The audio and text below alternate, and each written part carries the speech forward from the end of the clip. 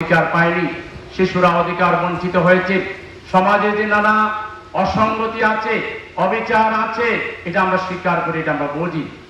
আপনারা তালিকা করে রাখুন, ইনশাআল্লাহ আমাদের ছাত্র সমাজের এই যে বিপ্লব, এই যে বিজয়, এই বিজয়ের ধারাবাহিকতায় আগামী যে নির্বাচিত সরকার হবে, এই সরকার আমাদের জনগণের প্রত্যেকটা দাবিকে অগ্রাধিকার ভিত্তিতে বাস্তবায়ন করতে হবে। কিন্তু দাবি বাস্তবায়নের সরকার এই সরকার বোধহয় নয়। এই সরকার কিছু মৌলিক সংস্কার শেষে as early as possible তারা জাতিকে জানাবেন ইনশাআল্লাহ, এবং তারা নির্বাচনের আয়োজন করবেন।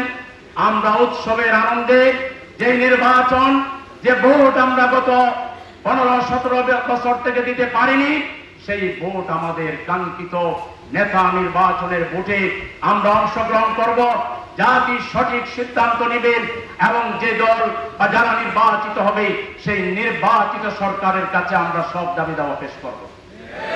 এর আগে দাবি দেওয়ার নামে রাস্তা ব্লক করে, থ্রেটেনিং করে এই জাতির মধ্যে আবার যারা বিভেদ তৈরি করার চেষ্টা করবেন, বিশৃঙ্খলা তৈরি যারা চেষ্টা করবেন, তারা পতিত স্বৈরাচারের দালাল হিসাবে চিহ্নিত হবে।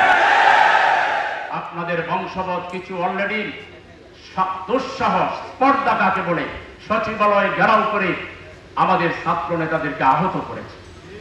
এই ধরনের কোন দালাল যদি আবারও রাজপথে আসার চেষ্টা করে, এখানে যদি কোন অস্থিতিশীল পরিবেশ তৈরির চেষ্টা করে, আমরা ছাত্র জনতা আবারও তাদেরকে প্রতিরোধ করার জন্য প্রস্তুত রয়েছে।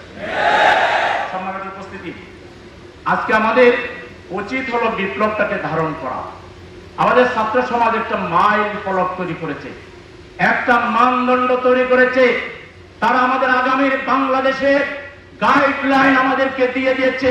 তারা বলেছে উই ওয়ান্ট জাস্টিস। এই জাস্টিস কিভাবে বাস্তবায়ন হতে পারে? ঘরে ঘরে ইনজাস্টিস আছে, সমাজে আছে, রাষ্ট্রে আছে, কোন সেক্টরে নাই?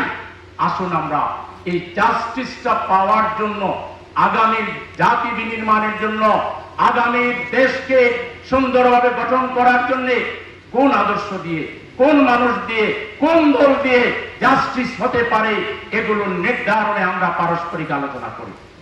আমরা যে বিশ্বাস করি জাস্টিস পাওয়ার জন্য সংখ্যাগরিষ্ঠ মুসলমানের দেশে অবশ্যই আল্লাহর যে বিধান, পবিত্র কোরআনের দিকে আমাদেরকে রুজু করতে হবে। মুহাম্মদ রাসূলুল্লাহ সাল্লাল্লাহু আলাইহি ওয়াসাল্লামের আদর্শের দিকে আমাদেরকে রুজু করতে হবে। কারণ আল্লাহ বলেছেন লাকাদ কানা লাকুম ফি রাসূলিল্লাহি উসওয়াতুন হাসানাহ। আমরা বিশ্বাস করি এমন একটি রাজনৈতিক দল দরকার, যে দলের ধৈর্য রয়েছে, সহনশীলতা রয়েছে, একাগ্রতা রয়েছে, আন্তরিকতা রয়েছে, দায়িত্ববোধ রয়েছে। বিজয়ে, বিপদে, সকল অবস্থায় যেই দল আত্মহারা হয় না, মানুষের পাশে দাঁড়ায়, এমন একটি দলের বাংলাদেশে দরকার রয়েছে। আমরা দৃঢ়ভাবে বিশ্বাস করি যে দল 17.5 বছর স্বৈরাচারী সরকারের সবচাইতে জুলুমের শিকার হয়েছিল, সেই জামাত ইসলামী আপনাদের সামনে আছে।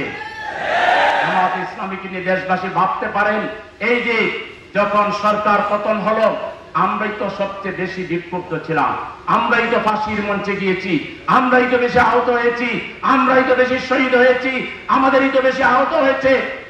আমাদের প্রতিশোধ নেওয়ার কথা ছিল, কিন্তু বলুন বাংলাদেশের একটা জায়গায় একটা ঘটনা দেখাতে পারবেন জামাত শিবির কর্মীরা কোথাও ভাঙচুর করেছে, কোন লুটতরাজ করেছে, কোন চাঁদাবাজি করেছে? জামাত ইসলামী প্রতিকূল পরিবেশে যেমন আদর্শ স্থাপন করেছে, বিজয়ের এই মুহূর্তেও আমরা ধৈর্য ধরে জাতির পাশে আমরা দাঁড়িয়েছি, জাতিকে আশ্বস্ত করেছি। আমাদের প্রিয় দায়িত্বশীল আমাদের আমিরে জামাত বলেছেন, দেশটা আমাদের 18 কোটি মানুষের, দেশের সম্পদ আমাদের 18 কোটি মানুষের। তিনি অগ্রাধিকার ঘোষণা করেছেন, আগে দেশের শান্তি শৃঙ্খলা রক্ষা করতে হবে, আমাদের অসহায় আহত ভাইদের পাশে দাঁড়াতে হবে। তিনি নিজে ছুটে চলছেন, তার পাশাপাশি আমরাও যাচ্ছি। আমরা শহীদ পরিবারের পাশে দাঁড়িয়েছি, আমরা বন্যার্ত মানুষের পাশে দাঁড়িয়েছি। আজকে সব রাজনৈতিক দল, সুশীল সমাজ, বাংলাদেশের 18 কোটি মানুষের দায়িত্ব হলো আমরা ঐক্যবদ্ধ থাকা। এখনো ষড়যন্ত্র শেষ হয়ে যায়নি, আবারও যদি কোনো আঘাত আসে, তাহলে 18 কোটি মানুষকে যে বিপ্লব আমরা 5 তারিখে করছি, তার চাইতেও ভয়াবহ জবাব ষড়যন্ত্রকারীদেরকে দিতে হবে। দেশের স্বাধীনতাকে রক্ষা করতে হবে। স্বাধীনতার জন্য প্রয়োজনে জামাত ইসলামীর প্রত্যেকটা নেতা কর্মী শহীদ হওয়ার জন্য প্রস্তুত হয়েছে। সবাইকে সংগ্রামের শুভেচ্ছা জানিয়ে